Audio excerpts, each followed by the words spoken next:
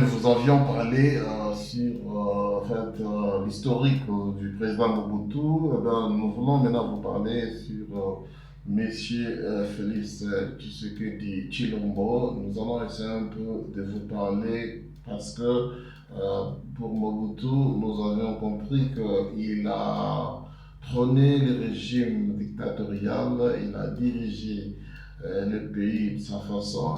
Maintenant, par rapport à Félix Tshisekedi Tshilombo. Félix Tshisekedi Tshilombo, né le 13 juin 1963 à Léopoldville, que vous appelez actuellement Kinshasa, est un homme d'État kino-congolais RDC, président de la République depuis janvier 2019, fils de l'ancien Premier ministre Étienne Tshisekedi. Il est élu président de la République démocratique du Congo lors de l'élection présidentielle de décembre 2018. Bien que controversé du fait d'allégations de fraude électorale, il s'agit de la première alternance politique pacifique depuis l'indépendance du pays. Tshisekedi préside l'Union africaine de février 2021 au février 2022.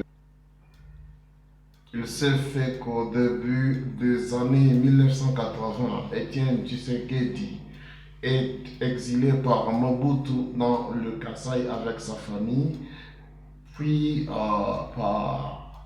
part en Belgique. Félix Tshisekedi est marqué par ses exils. Il rejoint le rang de l'UDPS pour la démocratie et le progrès social, UDPS en sigle. Parti dirigé par son père, puis en devient l'un des cadres. Fin 2008, il est nommé secrétaire national de l'UDPS, chargé de l'extérieur. En novembre 2011, il est élu depuis Mbuji-Mayi. Il refuse, en novembre 2011, il est élu député à Mbuji-Mayi. Il refuse de siéger, suivant ainsi les consignes du chef de parti, bien sûr, entre guillemets, son père, est déchu de son mandat dès le 18 juin 2013. En octobre 2016, il est nommé secrétaire général adjoint de l'UDPS. Vous avez compris que ça, c'est le parcours de l'actuel président de la République démocratique du Congo. Les gens ont dit que cet homme n'a plus d'expérience dans le domaine politique, mais c'est un mensonge. Pourquoi? Parce que depuis 2008, il était déjà activiste politique de l'UDPS.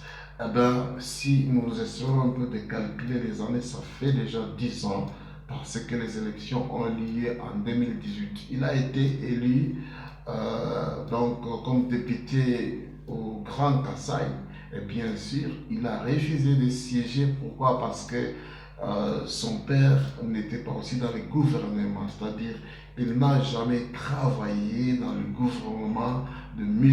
Kabila. Donc on ne peut pas dire donc on ne peut pas le peindre avec la même brosse qu'on est en train de peindre d'autres politiciens. Alors, sa politique, quand il est devenu président à la tête de la République démocratique du Congo, la première des choses qu'il a voulu faire, c'est de nouer ses relations avec nos voisins, disons, le voisin de la République démocratique du Congo. Partout là où il y avait des conflits, il est allé visiter tous ces pays, il était en contact avec différents présidents, y compris Paul Kagame, que nous allons parler dans la dernière partie, qui est bien la conclusion de nos analyses d'aujourd'hui, le 15 août 2022. Alors, Mobutu, il a dirigé le pays par la dictature à son époque, il ne voulait pas à ce qu'il y ait plusieurs partis. Tout d'abord, son parti politique qui était Mouvement de la Révolution. Quand on parle de la Révolution, déjà on voit une contestation, on voit un groupe de gens qui réclament une liberté, qui réclament le droit. Donc révolution, c'est-à-dire donc nous sous-entendons, bien vous avez compris le terme révolution, elle est aussi définie comme un changement brusque et violent dans la structure politique et sociale d'un État qui s'est produit quand un groupe s'est révoltant contre les autorités en place prend le pouvoir et réussit à le garder. Vous voyez, donc c'était du moment où après l'indépendance, eh bien Lumumba est mort et puis le groupe de Mobutu est venu. Alors vous allez voir que M. Félix est beaucoup plus démocratique, tandis que M. Mobutu était dans la dictatorship, dans la dictature, il pouvait dicter, il était, après Dieu c'est lui, il commandait tout, il mettait même ses mains sur les entreprises, ce qui était grave. Il a été l'auteur de toute la destruction industrielle en République du Zaïre à l'époque, actuellement RDC. Vous allez nous suivre dans la dernière partie là où nous allons conclure. Merci, ciao.